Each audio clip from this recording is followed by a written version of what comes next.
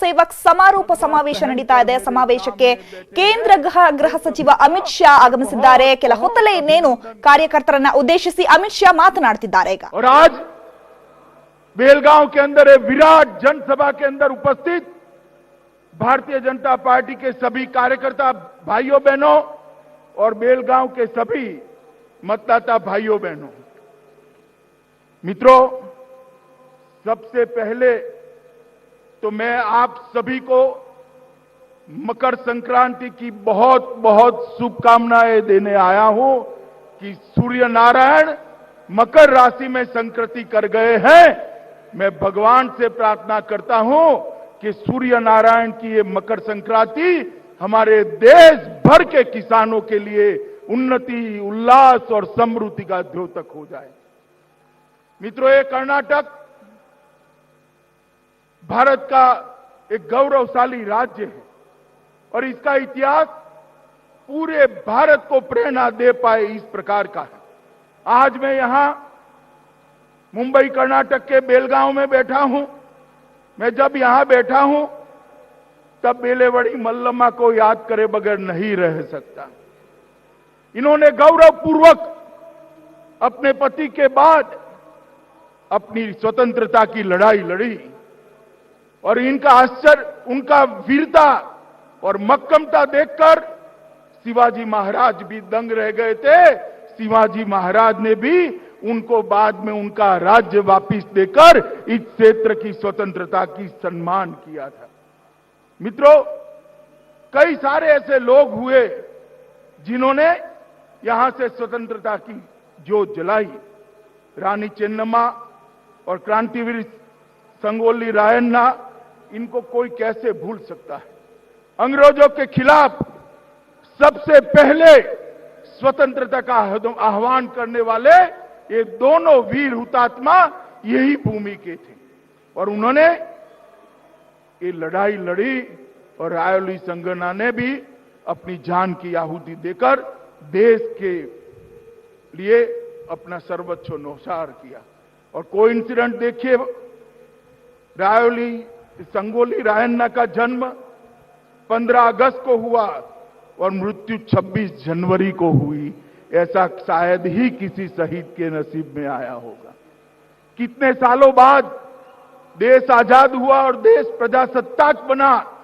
दोनों तिथियां संगोली रायन्ना के साथ जुड़ी हुई हैं। मित्रों, आज मैं वो सभी हुतात्माओं को मैं श्रद्धांजलि देना चाहता हूं। मित्रों, आज मैं यहां आया हूं तो हमारे मित्र सुरेश अंगड़ी जी को कैसे भूल सकता हूं। उनका सदा हंसता हुआ चेहरा, पार्टी के प्रति समर्पण, रेल मंत्री बने तो बहुत बड़ी आशाएं उन्होंने बनाई थी कि सुरेश जी आने वाले दिनों में कर्नाटक के एक दिग्गज नेता बनकर आगे कैरियर बढ़ाएंगे। मगर ईश्वर को मंजूर नहीं था, वो हमारे बीच में नहीं रहे।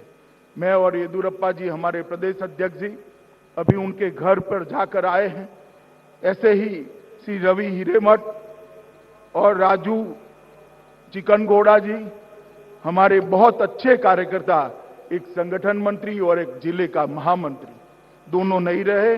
मैं आज उन लोगों को भी श्रद्धांजलि देता हूं।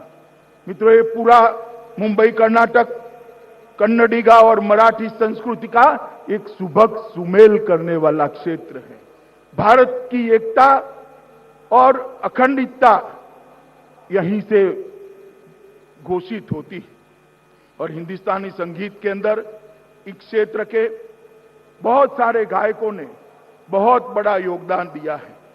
पंडित सवाई गांधर्व हो, गंगूबाई हो, पंडित बसवराज राजगुरु हो, पंडित कुमार गंधर्व हो और भारत रत्न भीमसेन जोशी, ये सभी ने भी बहुत बड़ा योगदान दिया है।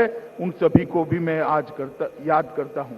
मित्रों, आज मैं जब यहां आया हूं तो मेरा आने का मूल उद्देश्य तो यहां पर पंचायत चुनाव में जो प्रचंड विजय नलिन कुमार कटील और हमारे मुख्यमंत्री येदुरप्पा जी के नेतृत्व में हुआ है, इसकी कर्नाटक की जनता को और आप सभी चुने हुए प्रतिनिधियों को बधाई देने के लिए आया।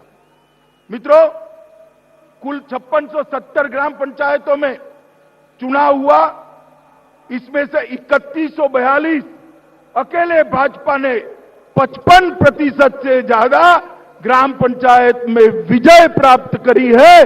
मैं आप सभी को कहता हूं कि जनता के आभार के लिए एक बार जोर से ताली बजाकर कर्नाटक की जनता का आभार दिया जाए। कुल 86,183 पंचायत सदस्यों में से 45,000 से ज्यादा भारतीय जनता पार्टी के कार्यकर्ता चुनकर आए हैं। ये कर्नाटक की जनता का मैं तो बहुत आभारी हूं, क्योंकि मैं जब जब कर्नाटक आया, 14 में भी आया, 19 में भी आया और विधानसभा चुनाव में भी आया, आपने वोट से, कमल से हमारी झोली हमेशा भर दी है। इतना प्यार दिया है मोदी जी को कि इसका कोई ऋण कभी उतार नहीं सकता। और मित्रों, इसी के कारण आज मोदी जी की पूर्ण बहुमत की सरकार देश के अंदर बनी है। मित्रों, ढेर सारे विकास के काम हुए हैं, मगर मैं इससे पहले कुछ और चीजें बताना चाहता हूं।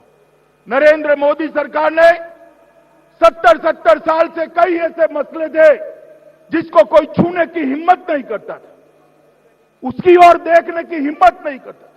क्या क्या कहते थे? आग लग जाएगी, ये हो जाएगा, वो हो जाएगा। कश्मीर के अंदर धारा 370 और 35 से जो कश्मीर को भारत के साथ एक रस होने से रोकती थी, कोई पंडित जवाहरलाल नेहरू से लेकर सरदार मनमोहन सिंह तक किसी ने इसको छूने की हिम्मत नहीं की। आपने मोदी जी को दूसरी बार पूर्ण बहुमत दिया और मोदी जी ने 5 अगस्त 2019 को धारा 370 को उखाड़कर फेंक देने का काम किया।